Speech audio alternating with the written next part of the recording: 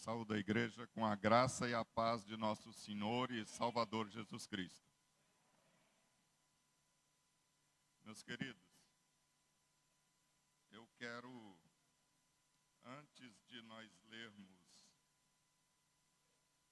alguns versos da palavra do Senhor, eu quero agradecer a Deus a oportunidade que Ele me deu por meio dos irmãos. Eu sou profundamente agradecido pelo amor, pelo carinho, conforme os irmãos estão me tratando. E eu devo dizer ao pastor da igreja e aos irmãos, os coordenadores, o pastor Rivaldo e o Nascimento, e aqueles que têm estado comigo hoje, o pastor Pedro, que vocês estão, e a igreja como um todo, estão me deixando numa situação muito delicada. E eu estou mal acostumado. Vocês estão me tratando como se anjo eu fosse. Lá em Brasília eles não me tratam assim. Quando eu pegar o avião amanhã, que pela graça de Deus eu chegar lá, eu vou estranhar muito, que eu vou ser tratado naturalmente. E aqui vocês estão me tratando como anjos. Estão me deixando mal acostumado.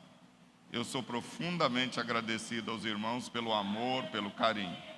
Todo o coração. Muito obrigado.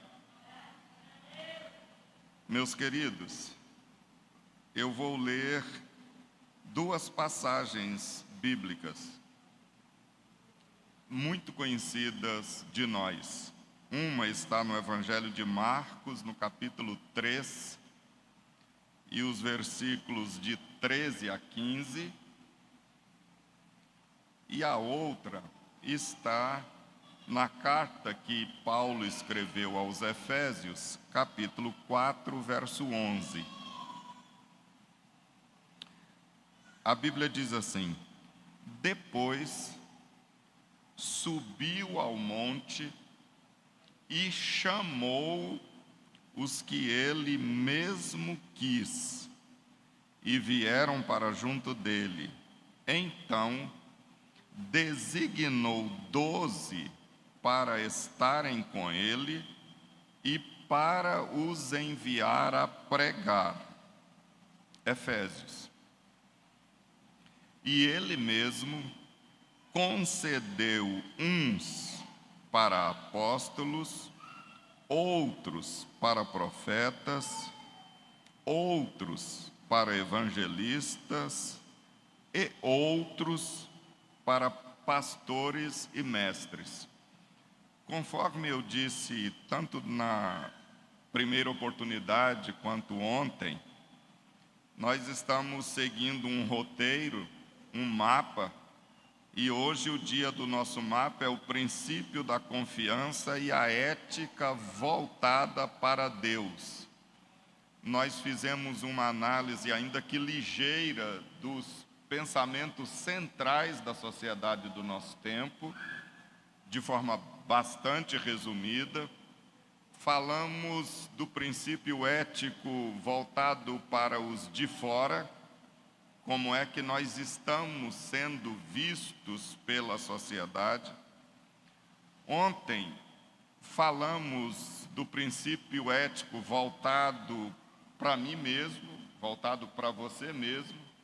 E eu disse aos irmãos que a cada dia ia afunilando mais, porque uma coisa é que a sociedade nos veja, outra coisa é que eu me veja, e outra coisa é Deus me ver. Então hoje é o princípio ético voltado para Deus. Então, eu já quero dizer aos irmãos que não fiquem assustados com algumas colocações que nós fizermos. Algumas colocações que nós fizermos, depois, amanhã, com a graça de Deus, eu vou embora, vocês corram atrás do pastor Caetano, ele resolve, não é? Porque via de regra, pregador é assim, ele vem na congregação, cria um problema, o pobre do pastor segunda-feira que vai ter que resolver, não é? Eu vou estar longe, e os irmãos vão ter misericórdia de mim aí, vai orando. Amém? Meus queridos, pois bem, o nosso tema de hoje é princípio da confiança, a ética voltada para Deus. Se porventura eu falar algum princípio aqui, conforme eu já disse, uns serão bem pesados e outros serão de crer ou descrer. Eu vou dizer alguma coisa que você vai, no primeiro momento, achar que não é assim. Eu sugiro a você que fique calmo, pense um pouquinho, dá uma lidinha no texto sagrado, se não for agora, depois, mas pelo menos pensa um pouco. A primeira característica que esses dois textos que nós lemos deixam para nós, e é preciso que isso fique muito claro na nossa vida, a Bíblia diz assim, que depois subiu ao monte e chamou os que ele mesmo quis. Eu e você não estamos trabalhando na igreja do Senhor porque nós queremos. Não fui eu quem fez a opção e nem foi você. Foi Jesus quem quis. O texto sagrado diz que ele chamou os que ele mesmo quis. Ele quis isso. Isso, de um lado, traz para nós uma responsabilidade, mas também traz um refrigério. Jesus quis você. Foi uma opção dele, é uma opção da divindade. O texto de Efésios também não foge a essa regra. O texto de Efésios diz assim: e ele mesmo concedeu uns para. Quem concede é Deus. Você e eu precisamos ter essa convicção. É bem verdade que a perspectiva da chamada, ela é multifacetada. Ela nasce no coração e na vontade de Deus. Deus externaliza esta vontade para aquele que Ele quer. Aquele que Ele quer responde, mas não está resolvida a situação. Porque a igreja é de Deus, Deus também tem que falar com o pastor da igreja. O pastor da igreja precisa de ser orientado pelo Espírito Santo, ter sensibilidade com Deus para ouvir de Deus que Deus chamou alguém, e o pastor então vai e chama aquela pessoa. E ainda tem a igreja. A igreja precisa de ter a sensibilidade de entender que Deus chamou alguém, que o ministério da igreja aprovou e que a igreja, portanto, abre os braços para ele. Então tem essas três dimensões pelo menos. Contudo, a primeira dimensão você não pode abrir mão dela. Foi Deus quem quis você. E isso precisa de ficar bem assentado no seu coração. Isso precisa de ficar muito bem assentado na sua vida. Se por um lado, conforme eu já disse, é uma graça, é uma dádiva, é um prêmio, é algo que nos deixa bastante felizes e satisfeitos saber que Deus nos quis. Por outro lado, é uma responsabilidade muito grande, porque nós temos que prestar contas da nossa vida ética com Ele. Foi Ele que chamou. Daí o nosso tema, princípio da confiança, a ética voltada para Deus. O nosso primeiro princípio ético, nessa perspectiva, também nós vamos extrair do texto que nós lemos. E aqui já vai alguma coisa que alguns de nós pensamos de forma diferente. Sugiro a você que preste atenção. As Sagradas Escrituras dizem assim, eu releio: depois subiu ao monte e chamou os que ele mesmo quis, e vieram para junto dele. Então designou 12 para estarem com ele e para os enviar a pregar. Deus chamou você, Deus chamou a mim, Deus quis a nós, em primeiro plano, não foi para trabalhar. Deus não chamou ninguém para trabalhar em primeiro plano. E aqui nós temos uma situação delicada, porque tem muita gente que pensa que Deus o chamou em primeiro plano para trabalhar, trabalhar na obra, trabalhar no reino. Deus não chamou a mim e a você em primeiro plano para trabalhar. Deus chamou a mim e a você em primeiro plano para estar com Ele. É o que a Bíblia diz. Então designou 12 para estarem com Ele. Nós precisamos, antes de fazer a obra de Deus, conhecer o Deus da obra.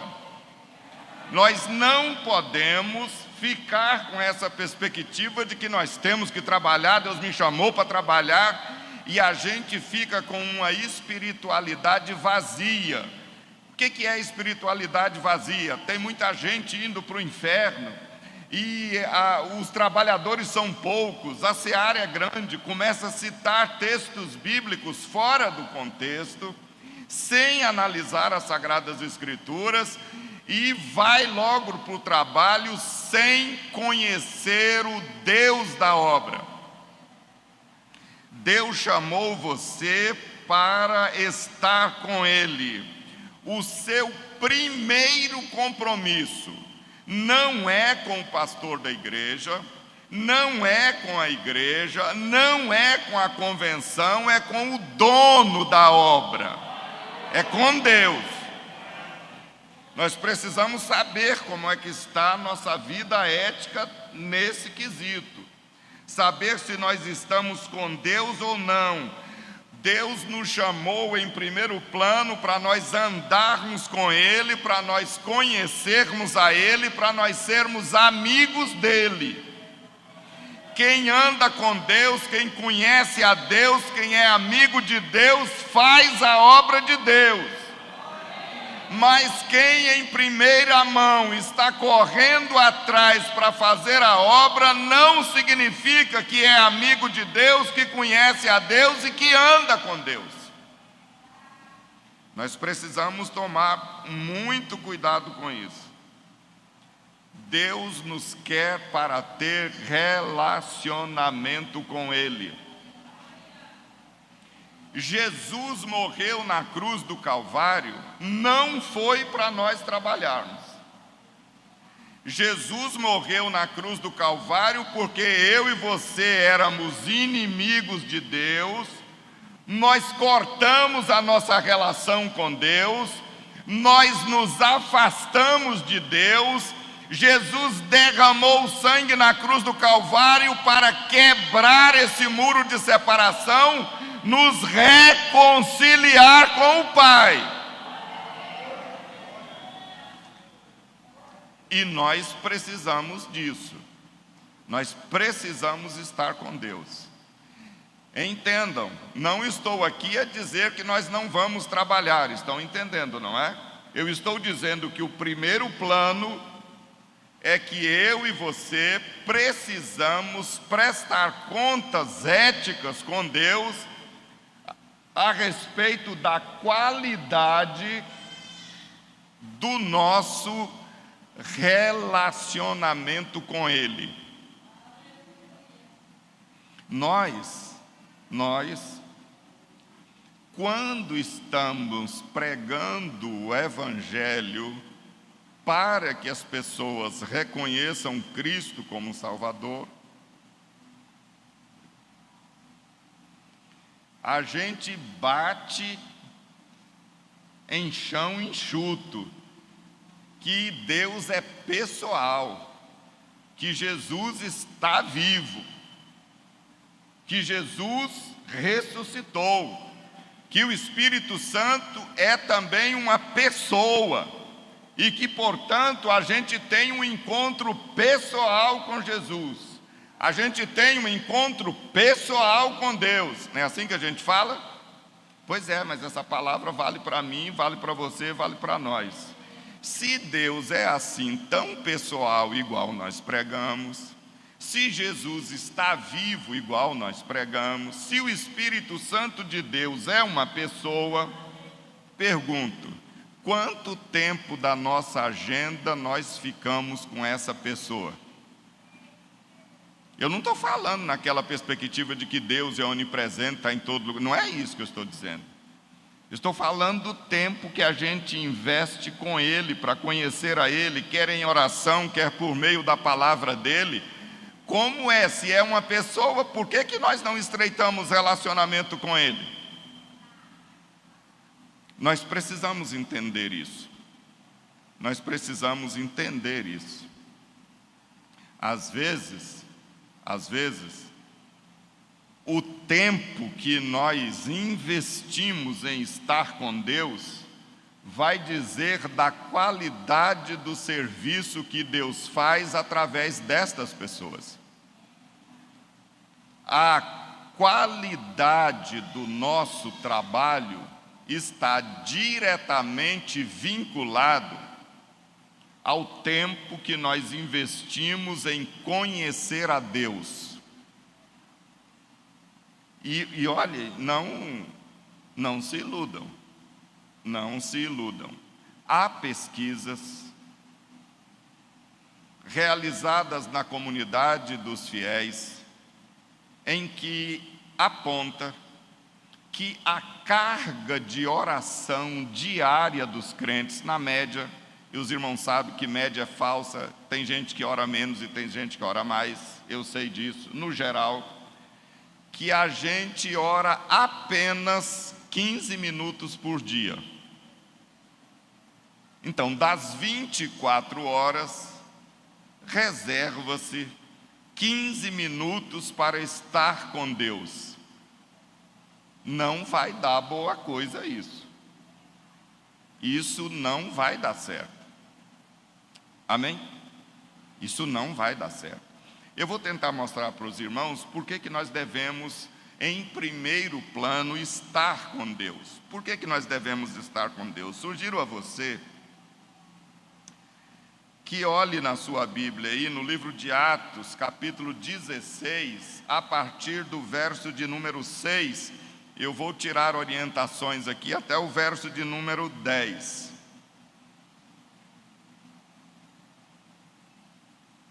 Pois bem, no verso de número 6, nós encontramos registrado o seguinte: que eles foram impedidos pelo Espírito Santo de pregar a palavra na Ásia. Por que isso? Porque Paulo tinha uma vontade, era muito dos centros, das metrópoles. Paulo tinha o ímpeto de pregar nas grandes metrópoles. E então a intenção dele era ir para um grande centro. Naquele momento, o Espírito Santo chega e diz: não vai. O que está acontecendo aqui entre Paulo e Deus? Conflitos de vontades.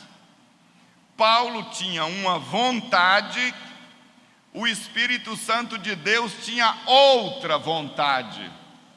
Só sabe qual é a vontade de Deus aquele que conhece a Deus e que tem intimidade com Ele. Se não tiver, passa batido.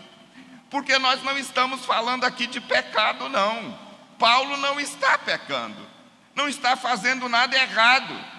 Ele está dizendo que tem uma vontade de ir para esse lado. Deus diz: eu não quero, é para cá. Como é que eu decido isso? Se aquilo que ele está fazendo é certo, ele também ia pregar o Evangelho. E agora?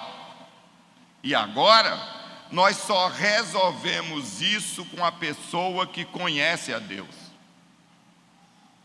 Ela tem que conhecer a Deus e tem que ser obediente. Tem que baixar a cabeça e dizer: sim, Senhor, então eu não vou por aqui, eu vou por aqui, porque o Senhor quer assim. Não é uma um erro, não é uma correção de erro. Havia uma vontade de Paulo que estava se sobrepondo à vontade de Deus, e vai ter que prevalecer a vontade de Deus. Então,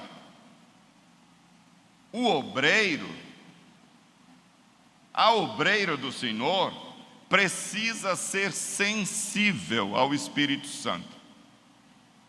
E nós só somos sensíveis ao Espírito Santo se nós investirmos tempo em estar com Deus. Senão, não vai dar. Nós precisamos ser assim. Nós precisamos realizar isso. Então, nós estamos em uma fila bem delicada, é um fio da navalha. Deus está exigindo do nosso comportamento ético mais do que fazer algo certo. Por exemplo, chega aqui agora, mas nós temos que pregar o Evangelho? Temos. E aí, o que nós vamos fazer? Não basta para o obreiro fazer a coisa certa. O obreiro tem que fazer a vontade de Deus. Você pode estar fazendo uma coisa biblicamente certa, mas está errado. Olha como é que as coisas são delicadas para nós. E nós temos que prestar conta disso a Deus. Mas observem bem. Pois bem, Paulo, a equipe é sensível ao Espírito Santo de Deus. Observe o verso número 7.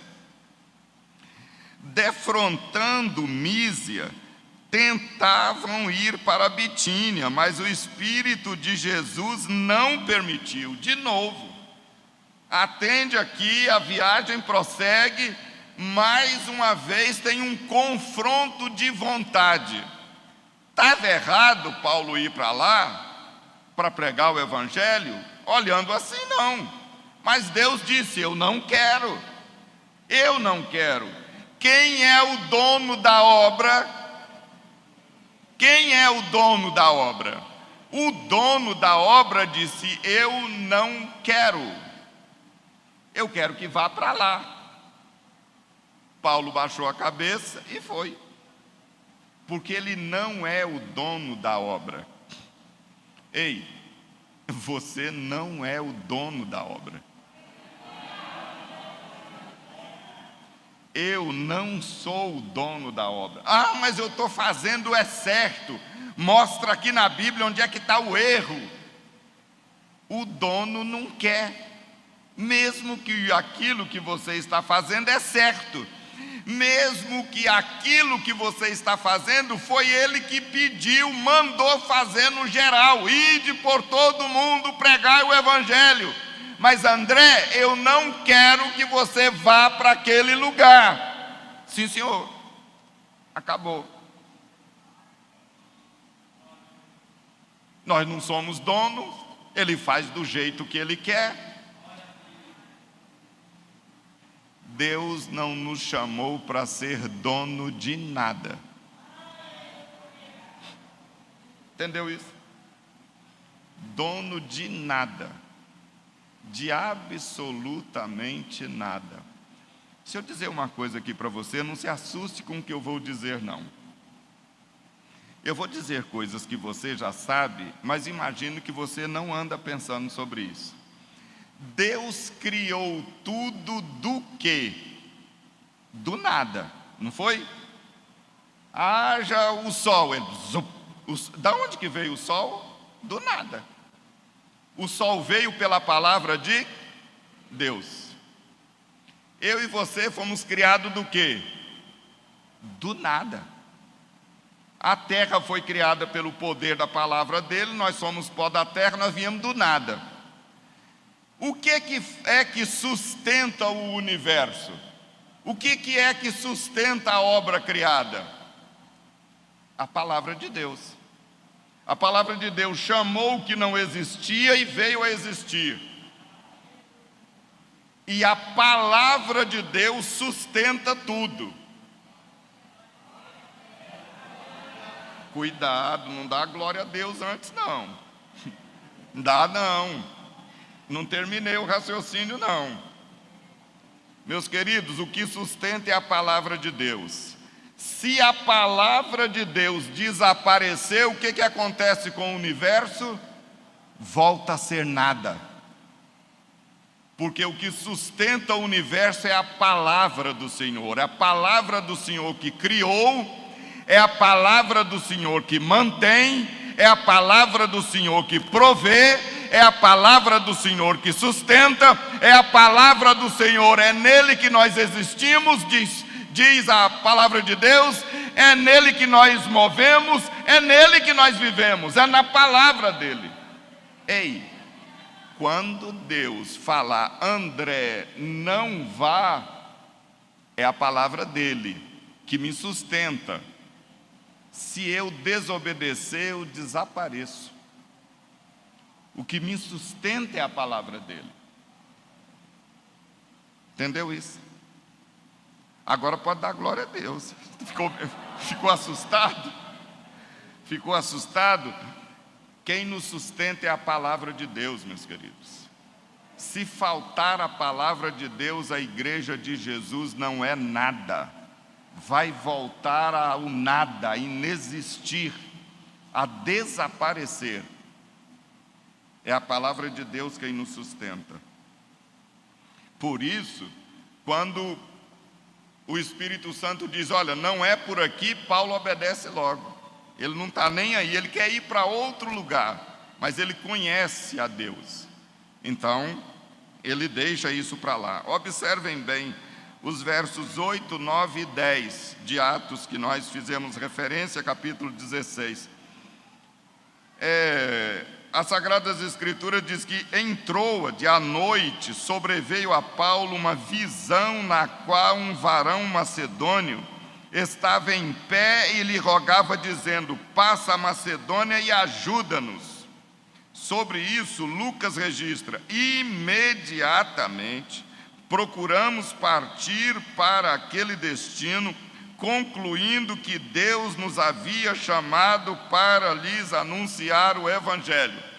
Quando você continua lendo o livro de Atos dos Apóstolos, você vai perceber que é lógico isso, que a visão de Deus, aqui que está a lógica, estava 1000 anos na frente da de Paulo. Deus estava enxergando lá na frente, e o caminho que Deus orientou foi muito mais produtivo para a igreja primitiva daquela época. Mas o que eu quero acentuar aqui é que nós precisamos estar com Deus, conhecer a Deus, ser amigo de Deus. Portanto, antes de eu e você sairmos correndo para trabalhar, nós precisamos sair correndo para os braços de Deus, para conhecer a Deus. Antes de sair correndo para a obra de Deus, nós precisamos correr para o Deus da obra. Precisamos conhecer o Deus da obra. Isso é um compromisso ético. Não nos esqueçamos, Deus chamou o que Ele quis. E Ele chamou o que Ele quis para, e um desses para, é para estar com Ele. Nós precisamos estar com o Senhor. Precisamos dar essa resposta ética para Deus, a respeito daquilo que nós estamos fazendo. Segundo compromisso nosso, ainda não é trabalhar. Segundo compromisso nosso é cuidar de nós mesmos. Em Atos, capítulo 20, verso 28, no famoso discurso que Paulo prega aos presbíteros de Éfeso, em que ele chama os presbíteros e se despede deles, Paulo diz assim: atendei por vós e por todo o rebanho sobre o qual o Espírito Santo vos constituiu bispos, para pastoreardes a igreja de Deus, a qual ele comprou com o seu próprio sangue. O primeiro compromisso do obreiro não é cuidar da igreja, é cuidar dele. Seu primeiro compromisso é estar com Deus.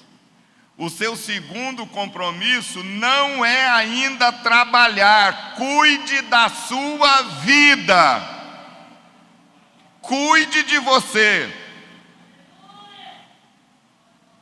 Há muito obreiro cansado na obra e cansado da obra porque não cuida dele mesmo.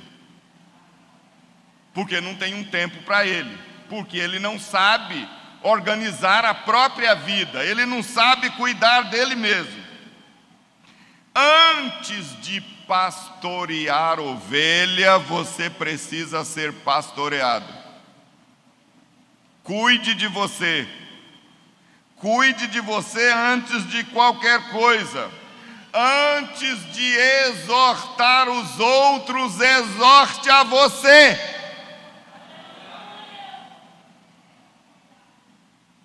Cuide da sua vida. Antes de exortar a igreja para orar, ore. Antes de dizer à igreja que é para conhecer a Deus, conheça a Deus. Cuide de você. Cuide da sua vida. Antes de confrontar os pecados da igreja, confronte os seus pecados.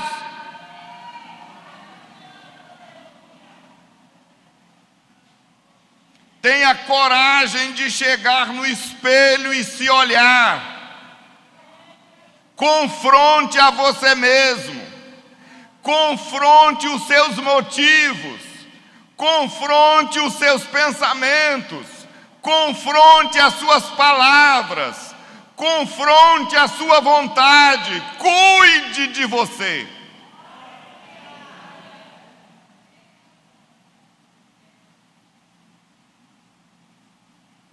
Cuide de você,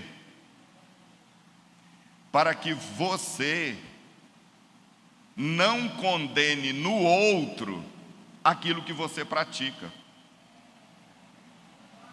É por isso que nós temos que cuidar de nós mesmos.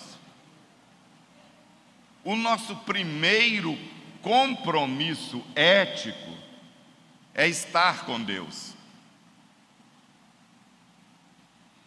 O nosso segundo compromisso ético é cuidar de nós mesmos. Nós precisamos aprender a cuidar de nós mesmos, para que depois a gente se dirija à igreja de Jesus de Nazaré para cuidar dela. A igreja de Jesus de Nazaré está precisando de obreiros sãos, curados, sarados, equilibrados, emocionalmente inteiros, espiritualmente robustos, para cuidar do rebanho dele. Então, nós precisamos de cuidar de nós mesmos. Terceiro compromisso ético que nós devemos ter é ensinar todo o conselho de Deus para aqueles que Deus colocou sob a sua responsabilidade. Eu e você, nós temos um comprometimento ético com o Senhor, porque Ele chamou a mim e a você, conforme eu li no texto, porque Ele quis, e disse: André, eu preciso que você anuncie todo o conselho de Deus, todo o meu conselho. Eu preciso que você fale sobre isso.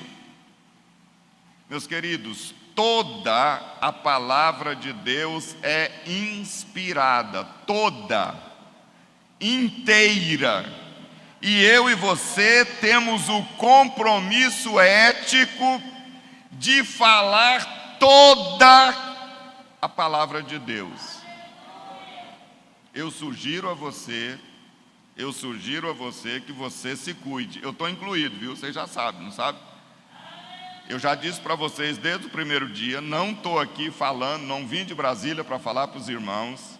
Eu já estou apanhando faz tempo. A palavra está sendo para mim, e eu já estou dizendo, é para mim e para você. Vamos colocar as nossas mensagens em dia.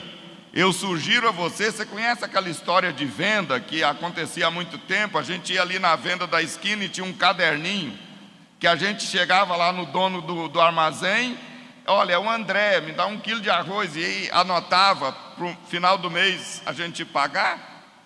Em alguns lugares ainda há isso no Brasil, raramente, mas ainda há. O negócio ficou moderno, agora a gente faz no cheque especial e não paga, e deve, aquele rolo danado, né? Ficou eletrônico agora.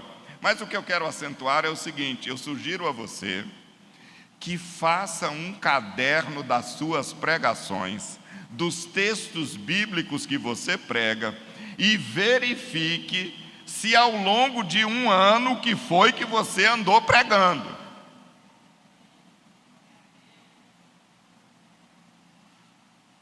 Amém?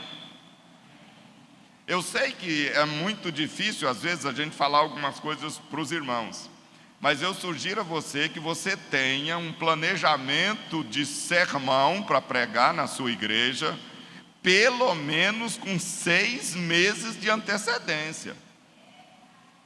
E que você não repita comida para suas ovelhas. Comida repetida é ruim. Você gosta da primeira, come até a segunda, mas na terceira vez já começa a fazer um bolo na garganta. Dá comida nova para as suas ovelhas. A Bíblia é rica, é rica, é rica.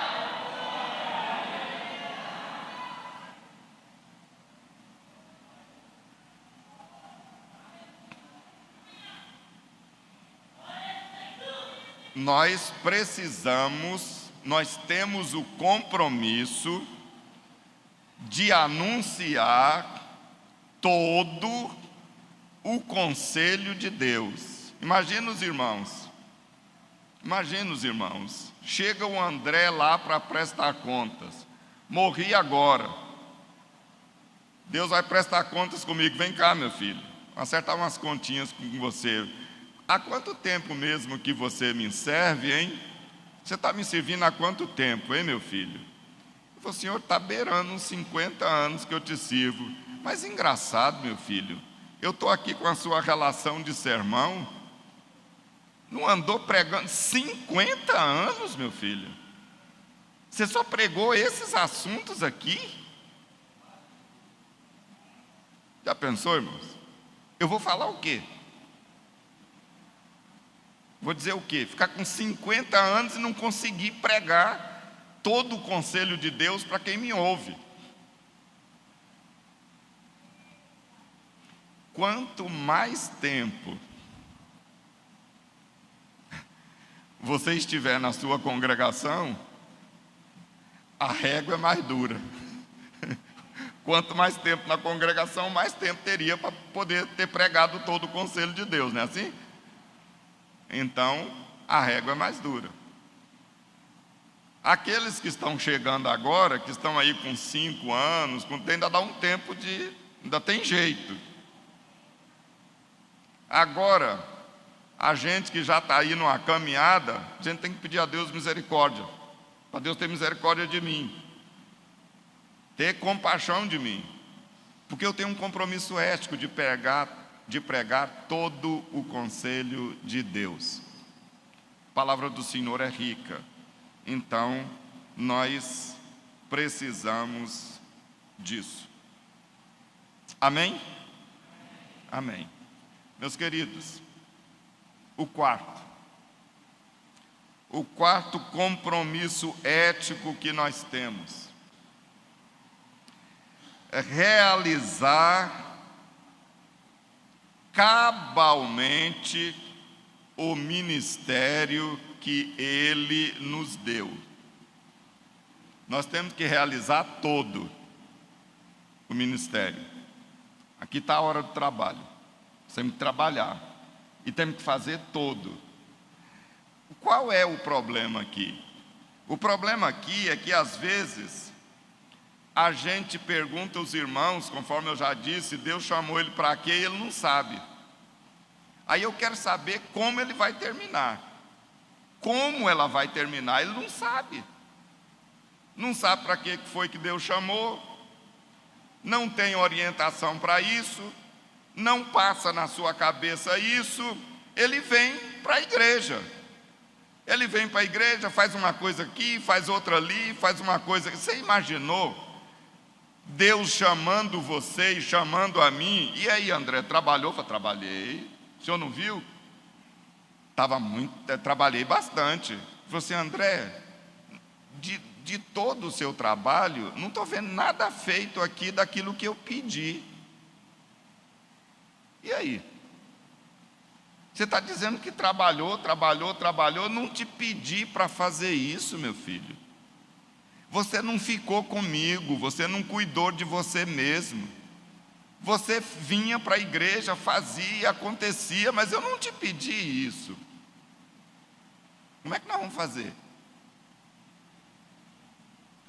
Eu vou ler um texto para vocês, que também está em Atos dos Apóstolos, no versículo 24, do capítulo 20 de Atos. O texto diz assim, olha: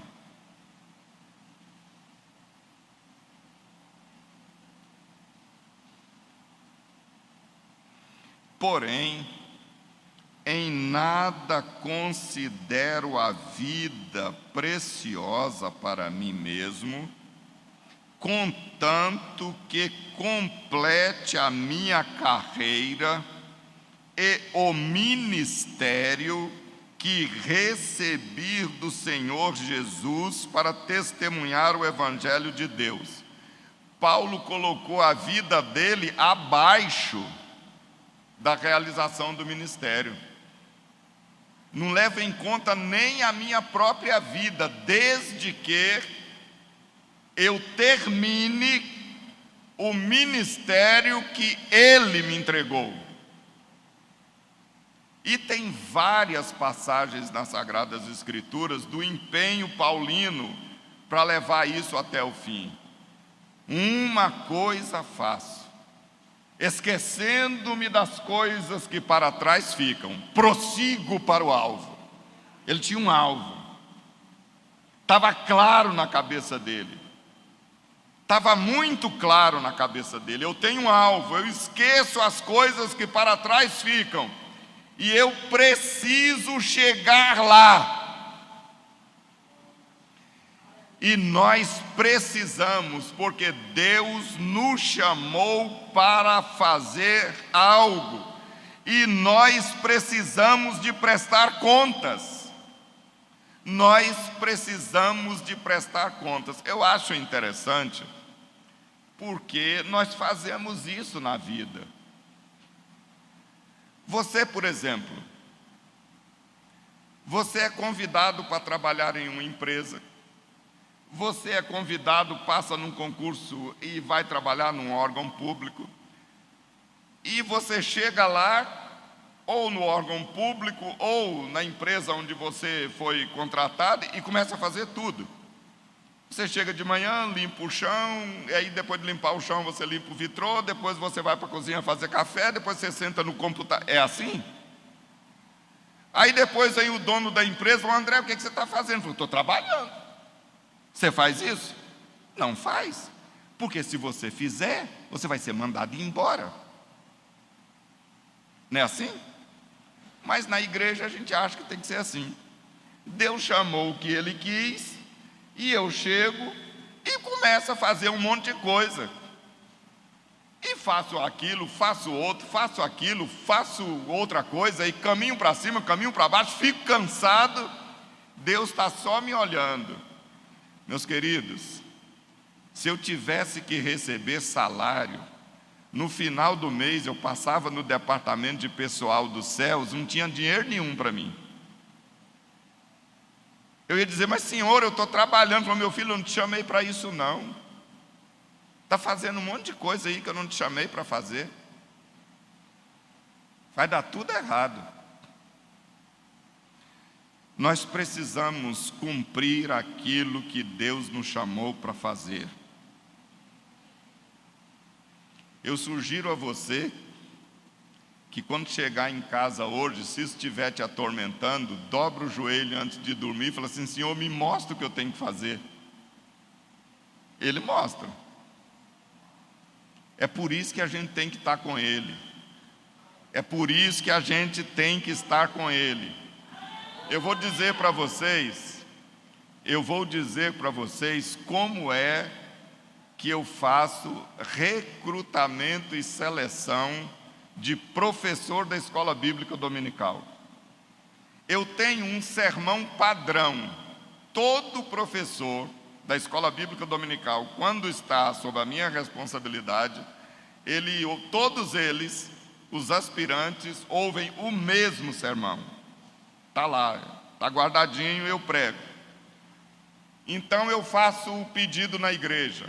Quem tem a vocação, quem entende que Deus chamou você para o ministério do ensino, a escola bíblica dominical está recrutando professores e professoras. Aí vem, eu falo, eu recebo o pessoal e marco um encontro com eles, para eu pregar o sermão. Eu prego o sermão para eles e no final do sermão eu faço um apelo. Sabe qual é o apelo que eu faço? Eu faço assim, olha, se eu fosse vocês, depois que vocês ouviram o sermão que eu preguei, eu desistia e não queria ser professor da escola bíblica dominical. E cala a boca. E fica todo mundo assustado. E é para ficar mesmo. Quem quiser passar por esse crivo é porque foi chamado. Mas já ouviu como é que é ser professor da escola bíblica dominical. O que ele tem que fazer. Como ele tem que se comportar, qual a dedicação que ele deve ter. Nós não admitimos professor da escola bíblica dominical que tenha a escola bíblica dominical como arroz de segunda. É só arroz de primeira. Tem que ter sido chamado e se dedicar ao ensino, à leitura. Senão, então, eu e você, nós precisamos ter a convicção que nós estamos realizando o trabalho que Deus quer que nós realizemos e nós precisamos concluir o trabalho. Amém? Tá pesado? Eu vou falar do último item e eu já vou dizer para os irmãos que o último item é um pouquinho mais pesado. Eu já aviso aí você já coloca os escudos, já fica fácil. Repetindo, é para mim também, amém? Os irmãos podem ficar tranquilos que é para mim também. Quanto a isso, vocês podem ficar em paz. Então, o nosso quinto e último comprometimento ético com Deus é cuidar do rebanho do Senhor. Você percebeu que o trabalho eu estou colocando por último específico, o ministério é ainda lato sensu, que nós precisamos concluir, mas agora eu estou sendo específico, cuidar do rebanho do Senhor. Só que eu falo essa palavra, essa frase, e você corre o risco de não atentar para o que eu falei, porque a gente ouve muito e não pega direito. Então eu vou acentuar para você o que eu estou querendo dizer com relação ao nosso quinto comprometimento ético com o Senhor, que é para cuidar do rebanho do Senhor.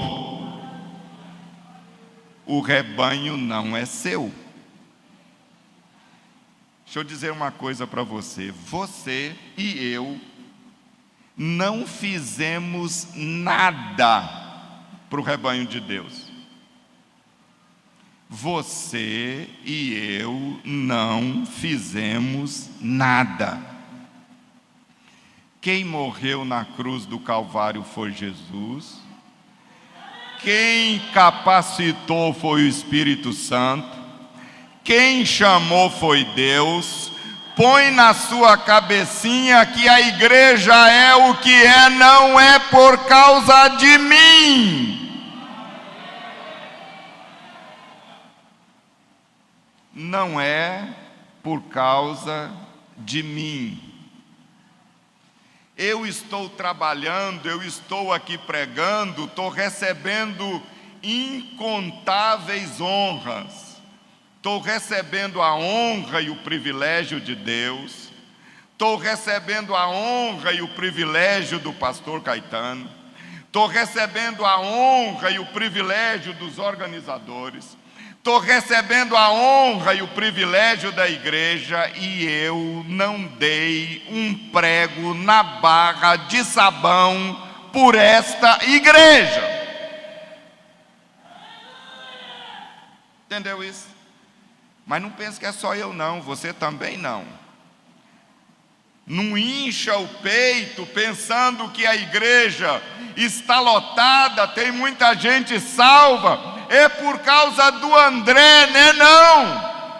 É por causa do Espírito Santo, é por causa da graça de Deus, é por causa do amor de Deus, é por causa do poder de Deus, é por causa da palavra de Deus.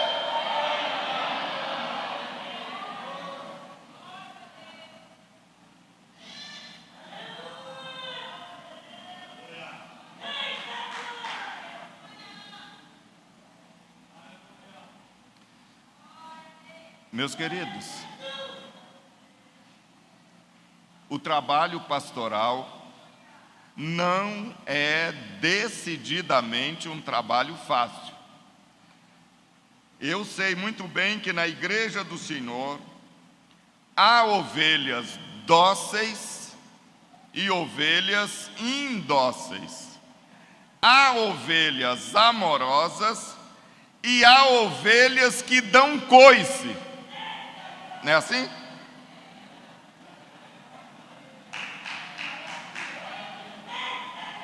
Eu sei disso. Não é assim? Vocês estão rindo, né?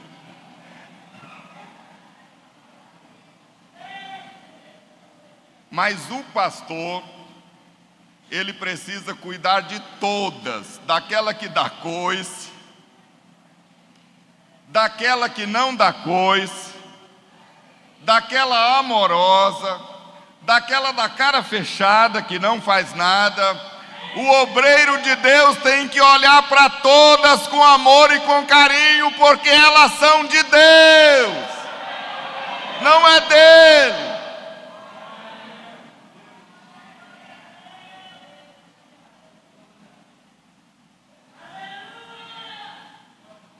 Eu tenho que pedir perdão ao pastor Caetano, porque do jeito que eu estou falando, segunda-feira vai receber, coitado, um monte de coisa, né? Falou que é para cuidar bem, né?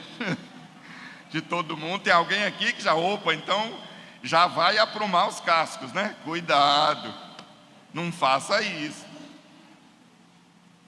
Não faça isso.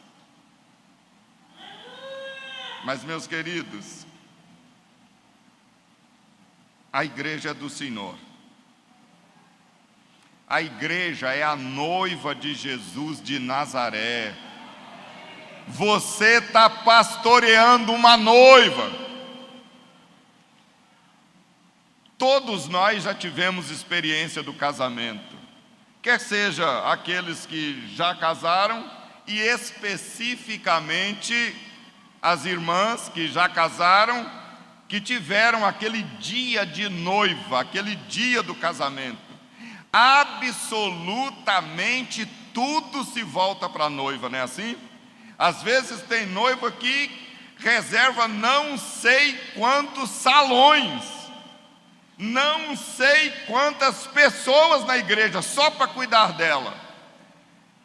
Nós, os obreiros do Senhor, estamos cuidando da noiva, é só para ela, é reservada a nossa energia, a nossa força, o nosso amor, o nosso carinho, a nossa dedicação, o nosso serviço, para que a noiva entre bonita para se encontrar com o seu noivo, que é o Senhor.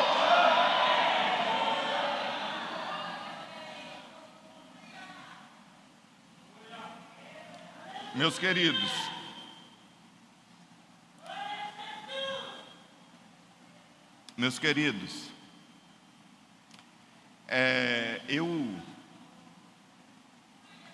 eu vou caminhar para a gente concluir, mas eu vou caminhar para a gente concluir com uma palavra muito pontiaguda. Eu espero que os irmãos tenham misericórdia de mim e orem por mim. Eu repito, já não sei por quantas vezes que eu estou falando isso para mim também. Mas deixa eu dizer uma coisa para você na condição de obreiro. Aqui é a Escola Bíblica de Obreiros e Líderes.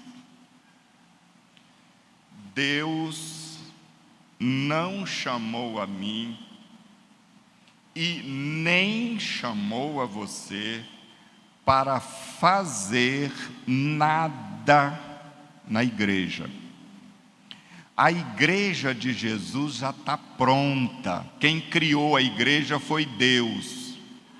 E Ele criou antes, na eternidade. As Sagradas Escrituras dizem que o Cordeiro estava morto antes da fundação do mundo.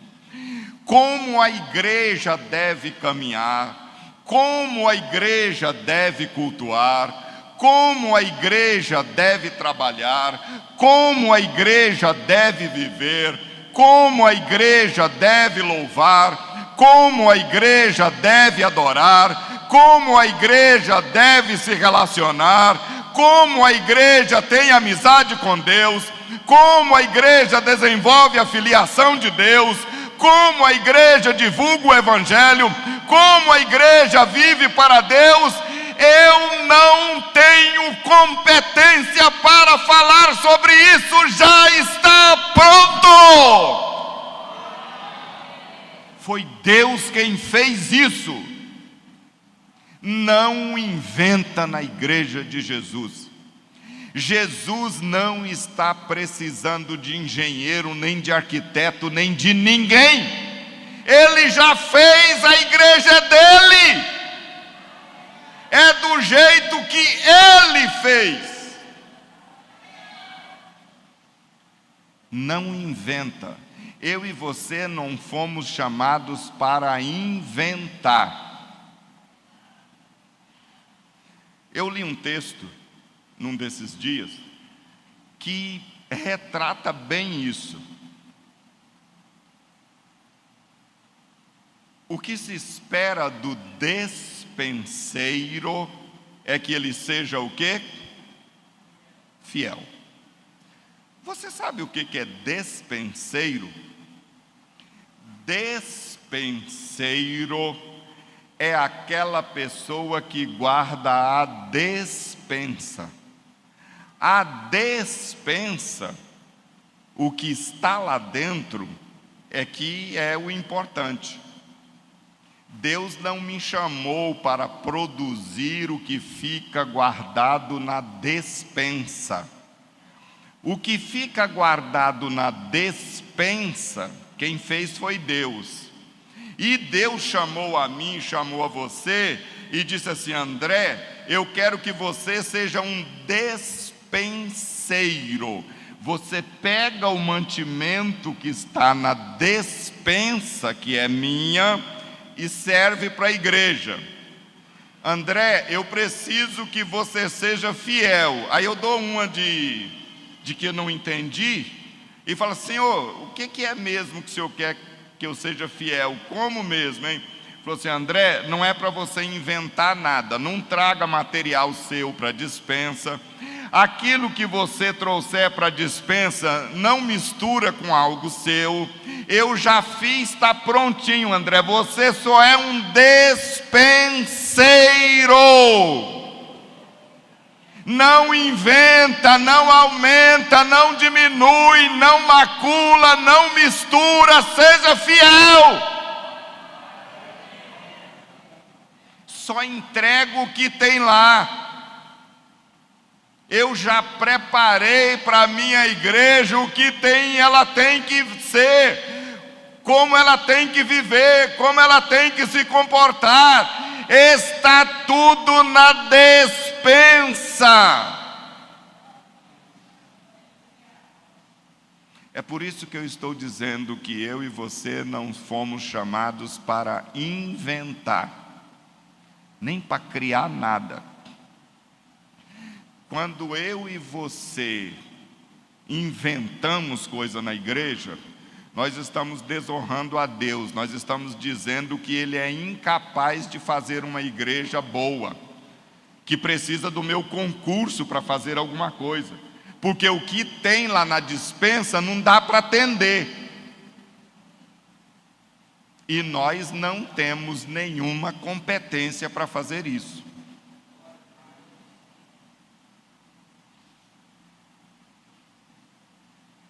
Nós precisamos trabalhar. Depois que a gente terminar o trabalho, a gente ter aquele espírito de que só fez mesmo aquilo que foi mandado e pronto. Nós não precisamos ficar subindo em gilete por aquilo que nós fizemos. Eu não fiz mais do que a minha obrigação.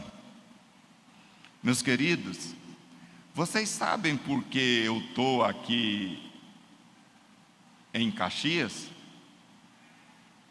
Eu não estou aqui em Caxias, não é porque eu sou bonzinho, não. Eu estou aqui em Caxias porque é minha obrigação. Entendeu isso? Não sou bonzinho, não. Vocês estão pensando que eu sou bonzinho? Eu não valho nada. Guarda isso no seu coração. André não vale nada. Ele não está fazendo mais do que a obrigação. E ponto. Não sou bonzinho. Eu não tenho que ficar aqui subindo em gilete, em nada, para ficar dizendo as coisas. E aliás, eu além de estar aqui para cumprir uma obrigação de Deus, eu ainda tinha que fazer melhor. Quando eu chegar em casa, que eu for acertar as contas com ele, ele ainda vai me chamar a atenção por alguma coisa minha aqui, e eu vou ter que baixar a cabeça e melhorar. Não tenho que reclamar nada. Eu estou aqui agradecido a Deus, porque Deus usou de misericórdia, colocou na cabeça do pastor Caetano, que ele nunca me viu, para me dar a oportunidade de estar aqui. Eu não tenho valor nenhum. Não fique assustado com o que eu vou dizer agora. Por favor, não se assuste. Deus não precisa de mim para fazer a obra. É um engano seu. Mas não se engane, Deus não precisa de você também. Deus é autossuficiente. Se eu não quiser, até pedra fala. Até uma mula fala. Se eu disser não, a mula fala. Não fica pensando que a gente é lá tanta coisa assim, não. Nós somos pecadores. Nós somos agraciados, nós somos honrados, nós destruímos tudo. E Deus nos lavou com o sangue do Filho dele e nos honrou para realizar o ministério dele. Não é honra nossa, é a graça de Deus. Não é honra nossa, é o favor de Deus.